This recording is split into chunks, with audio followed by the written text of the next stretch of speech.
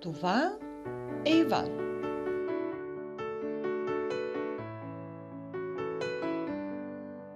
Това е София. А това е фотоапаратът на Иван. Този фотоапарат е просто горен клас любителски. И вади такава картина. Човек, ти сериозно ли? Лошите новини, фотоапаратът на Иван издаде багажа. Чао, чао! Капут! Муерто!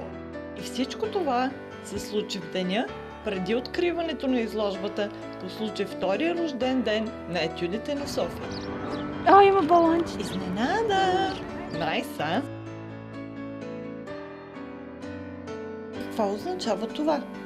Няма фотоапарат, няма снимки. Няма снимки, няма етюдите на София. Етюдите на София радват ежедневно десетки хиляди хора, които забелязват красотата на София по различен начин, благодарение на снимките, които прави Иван.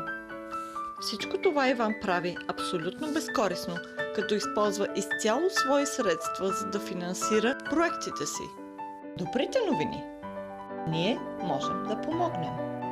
Ако всеки един, който гледа това видео, дари само по 1 лев, Ние ще имаме сумата за нов истински професионален фотоапарат, за да може Иван да продължава да снима София и да радва всички ни.